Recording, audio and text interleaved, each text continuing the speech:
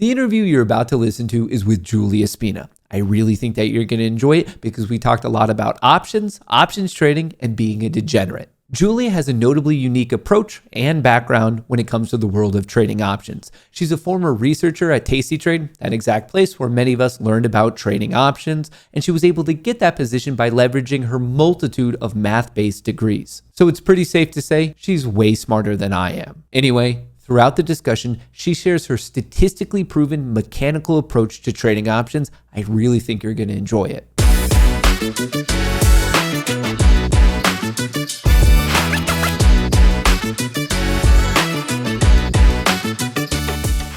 Welcome, Julia. I'm very excited for this conversation because we're going to get to talk a lot about options. How are you doing today?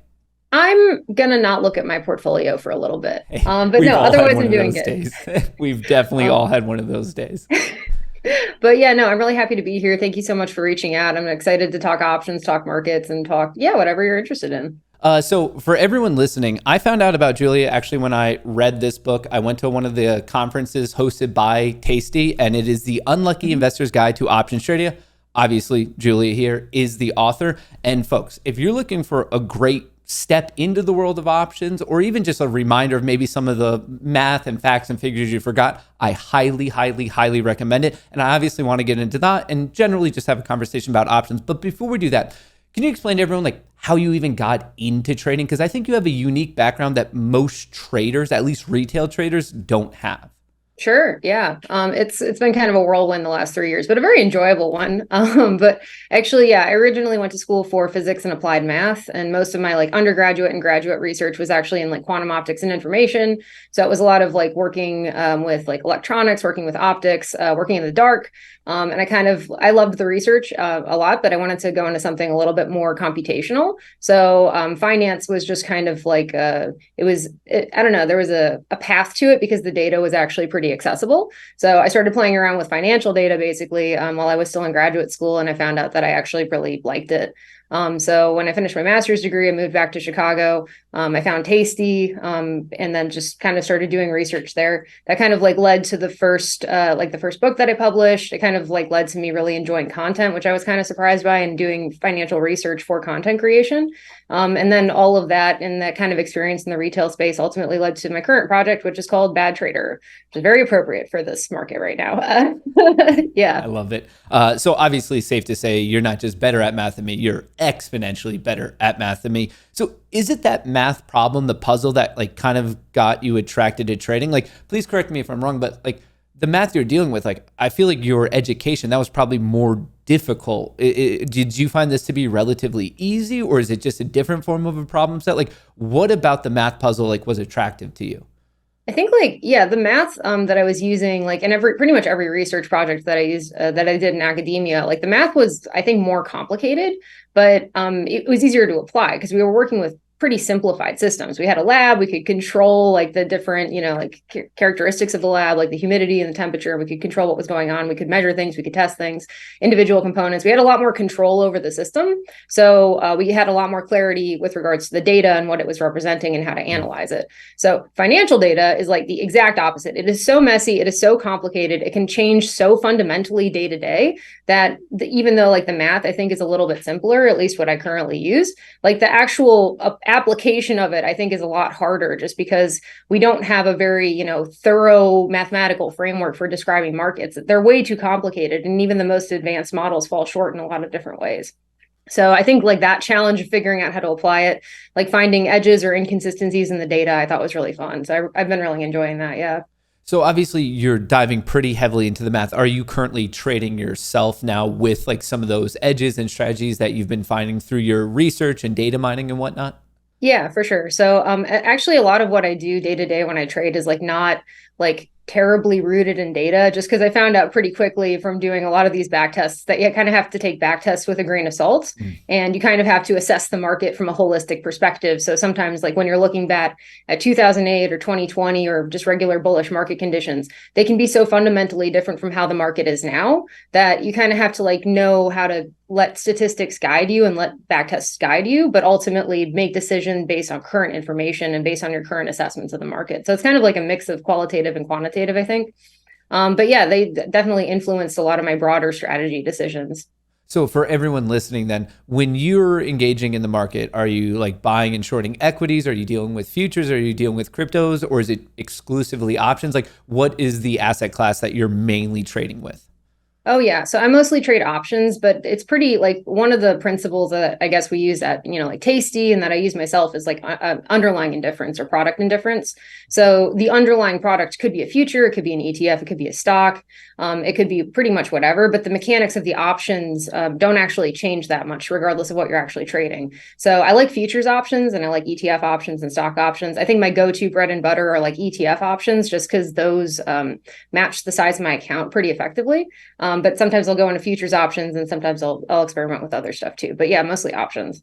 Well, as we're saying, options, options, options, I'm sure Yeah. many people listening right now are more than excited because, hey, Yeah. a lot of people listening love to degenerately trade options. So, with that, I kind of want to give you some interesting questions and maybe we'll split it up into a different part. So, for people who, let's say, have a smaller account, definitely below PDT, below 25,000, in your research and your personal experience, is there a strategy or methodology or just like an overall system that you think is most ideal for small account options trading? For sure. Yeah, that's something I actually like heard a lot of when I just started, which is like it's very hard to trade options with a small account. I kind of personally took that as a challenge to figure out like what mechanics are scalable between account sizes. Like what mechanics can I apply to a 5K account, 10K account, 15K account that also are applicable to like a 50K account, 100K account. Okay. Because like a good strategy should be relatively scalable regardless of account size. You want the mechanics to be, or at least like a skeleton of them to be pretty fluid regardless of how much money you're actually trading with.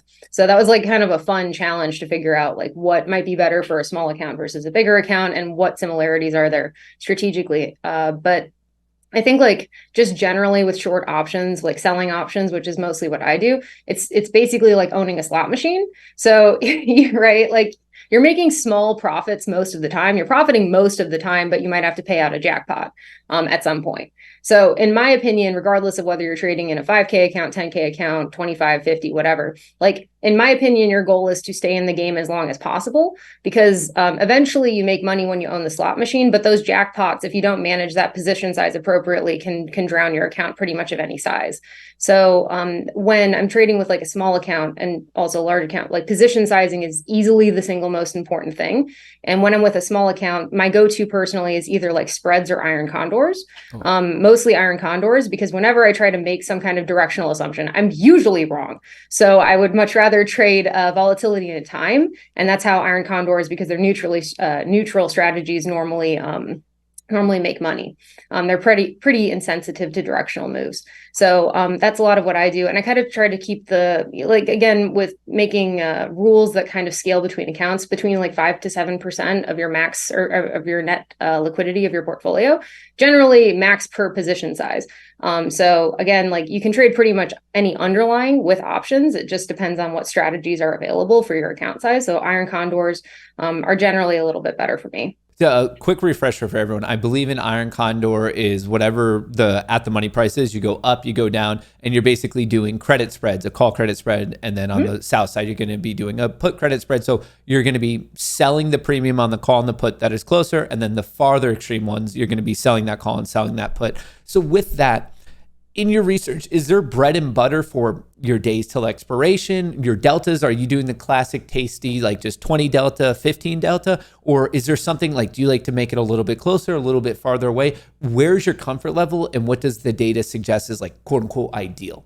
So that size, that position cap, in terms of like having like a position probably shouldn't take up 5 to 7%, more than 5 to 7% of your net liquidity, is ultimately, I think, going to dictate how that position is structured. So like for an iron condor, I like to collect a decent amount of credit, but I also like to have my pop speed pretty high while also staying within those capital constraints. So a lot of the time what I'll do is I'll look for more expensive underlyings, like $300, $400 underlyings, sometimes even the futures. And I like to go very wide on my short strikes, a lot wider than like what the tasty mechanics would say. So I might do like a 13 delta, 12 delta, for example, for something that's a very large product, just to keep the position size small. But because the short strikes are so far from at the money, the probability of profit is quite high, while also having the position size that's appropriate for my account.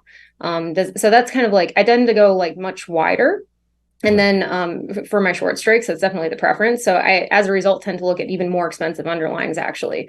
But that just means that there's a bit more constraints on how like tight those wings can be. Does that make sense? Yeah, definitely. And do you like to manage halfway through, or do you let it run all the way till expiration and you're trying to collect all of the premium? So in terms of your premium capture rate, 100%, 50%, or is it a certain time-based thing and you just shut down the position after X amount of days pass?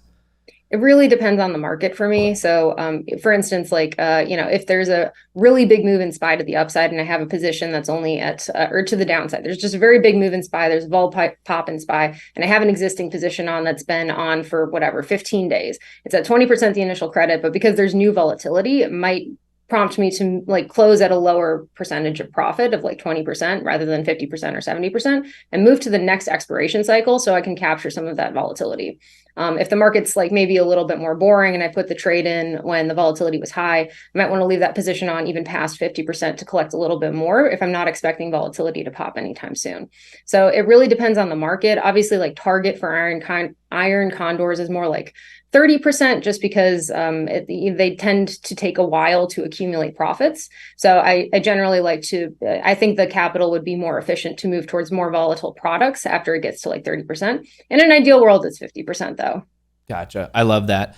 And I think it's been proven many times, many research papers, videos, books, this thing, that thing, the other thing. That's a very reasonable, mature, profitable way to engage in the market. But right now in the world of retail, a lot of people love to do things that are a bit more degenerate, such as zero DTE. So I'm sure you've done studying of it. Have you ever traded zero DTEs? Have you found any profitable way to trade it, whether you're going long or short premium? What are your thoughts on zero DTEs in a general sense? And then when we hone into it, what has your research found?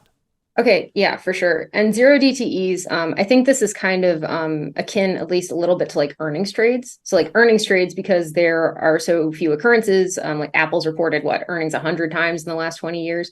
And because those trades tend to be so volatile, or yeah, 100 times in the last 20 years, yeah. And because those trades tend to be so volatile, it's kind of difficult to gauge really meaningful statistics and averages on those strategies. It's kind of the same with zero DTEs because the strategies themselves can be so volatile. It's actually very difficult to tell where the edge is, what types of strategies have certain risk reward compared to others.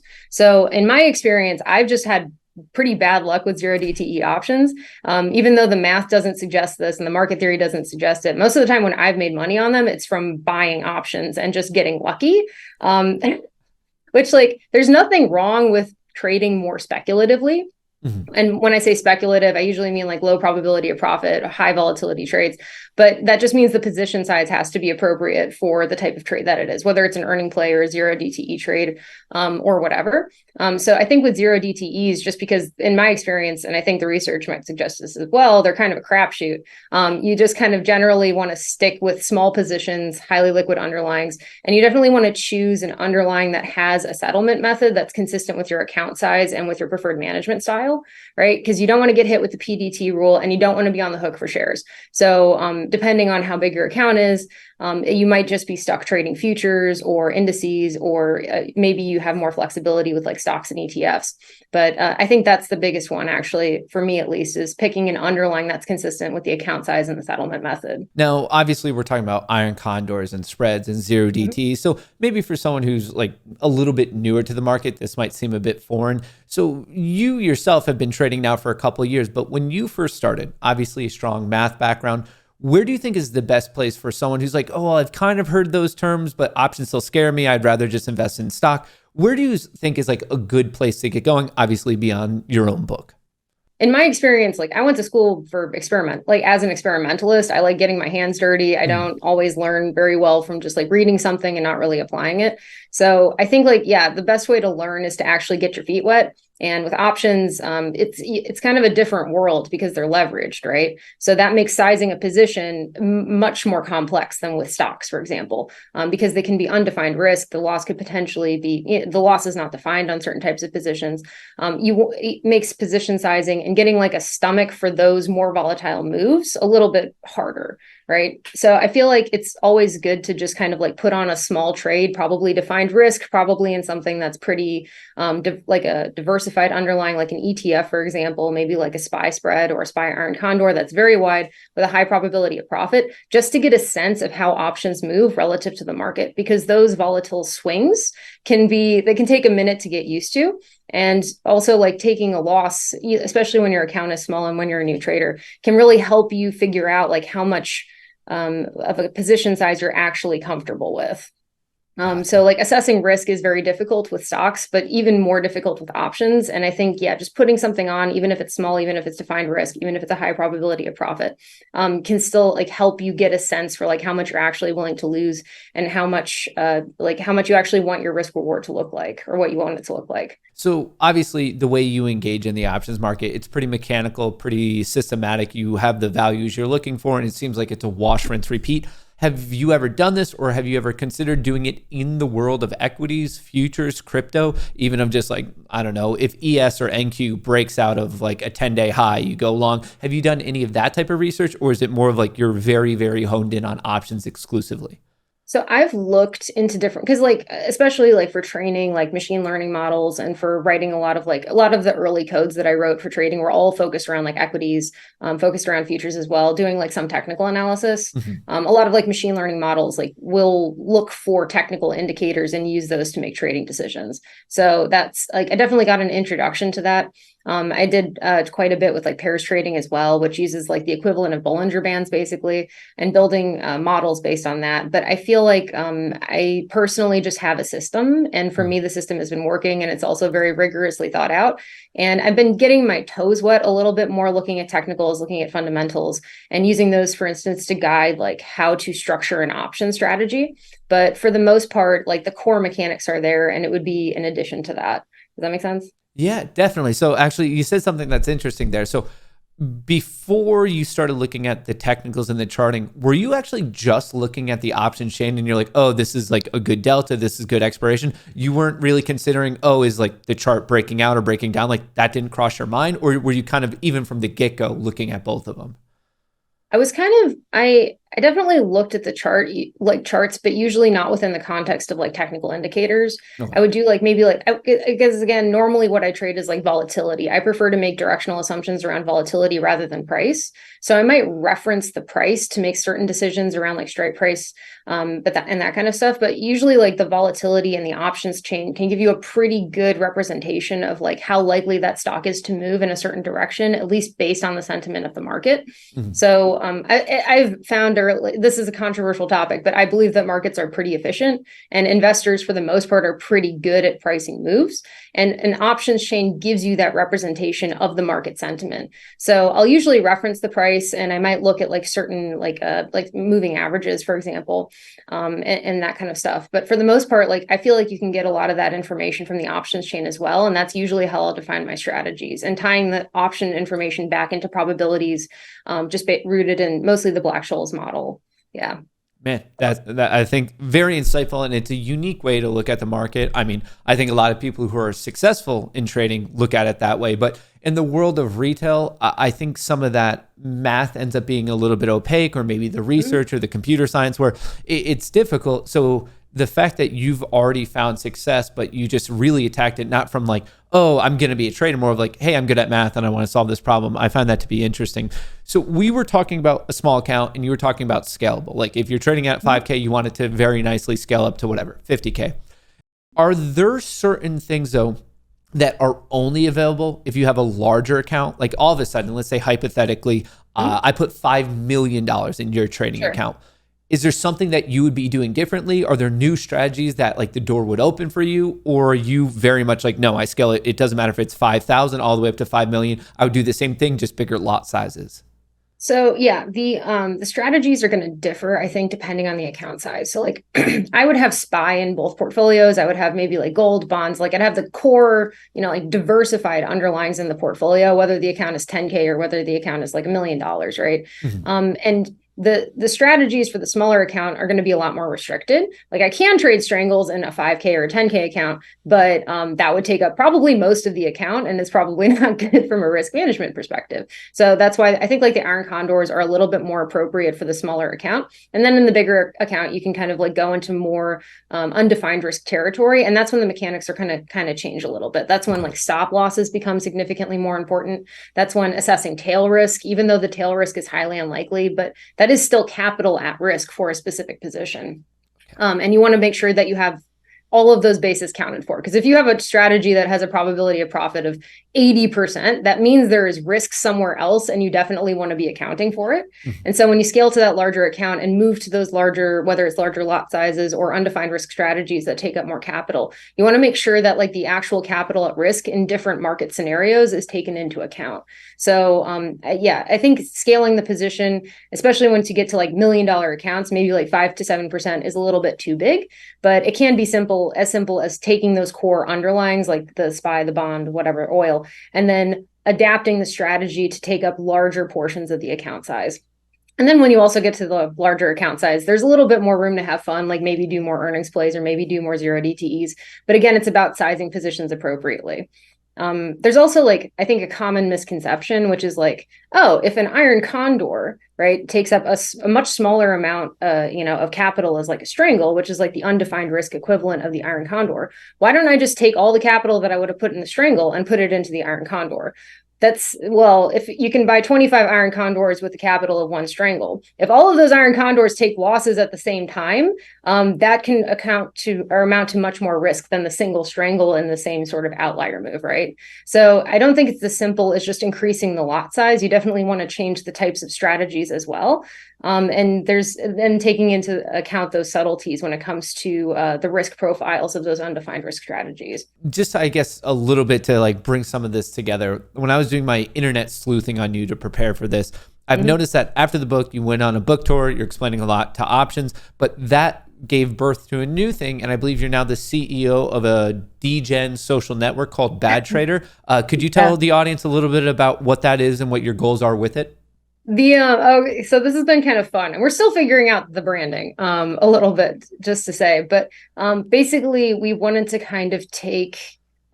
basically build a social network around trading. And the best way that we thought to do that was to take like basically Twitch and mix it with finance. So what this is like, we have a streaming component, we have a live chat component, we have some like fun engagement features, like you can earn badges and you can use in-game currency to kind of like deck out your profile. And then on the other side, there's a portion where you can connect to a broker and you can watch markets and you can kind of have like all in one. And it's what we're trying to do basically is we're trying to like teach, especially younger investors, especially maybe like investors that are like 18 to 25 that have small accounts that are just getting started with markets. We kind of want everybody to learn from each other's mistakes so that eventually when they do invest more, if they choose to do that, they're not going to make those mistakes. And part of how we're trying to do that is by showing our own hosts. A lot of our hosts are like, we pick them out, they're in college. A lot of them are like 21, 22, 23 that have made many mistakes, and they make mistakes on stream so that we can all sort of learn together, I guess. And so that we don't, necessarily make the same mistakes twice, and we can kind of get them out now. And so that's why it's called Bad Trader. It's because like there's a time and a place to be the bad trader. There's some utility into it if you can learn how to learn from your mistakes. And this is hopefully the place to do it. So that was the idea behind it. Yeah. That definitely sounds exciting. I'll obviously be signing up. And folks, if you're listening, I'll make sure it's in the description below. Speaking of that, if someone has a question for you or just wants to track what you're up to, where's the best place for them to connect with you or find you on the internet? Sure. So you can find me streaming on the app. We also stream to YouTube. My Twitter is Finance Photon, so you can find me there as well. And then you can also send me an email. I can just give it to you so we can put it in the description or something like that. All right. Yeah. So everyone, folks, if you're listening, it'll just all be links below. It'll be a click away. But overall, this is a fascinating discussion. I appreciate you sharing your expertise and giving us a little bit more of a mathematical deep dive. So hopefully we could have you on in the future as you find out new cool things. But from me and the audience, truly appreciate your time. Thank you so much.